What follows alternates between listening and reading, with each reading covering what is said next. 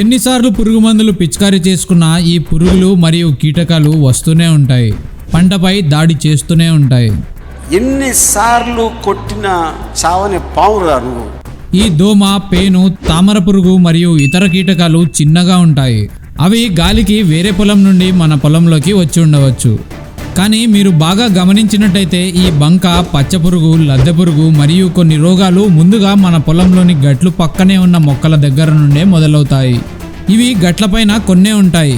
ఒకసారి మన పొలంలోకి వచ్చాక ఈ పురుగులు చాలా తక్కువ సమయంలోనే వాటి సంఖ్యను పెంచుకుని పొలంపై దాడి చేయడం మొదలు పెడతాయి.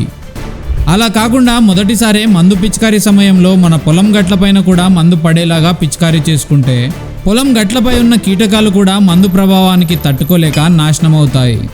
కాబట్టి పొలం గట్లపై ఉన్న కీటకాలకు కూడా ఒక రౌండ్ మందు పిచికారీ చేసుకోవడం మంచిది.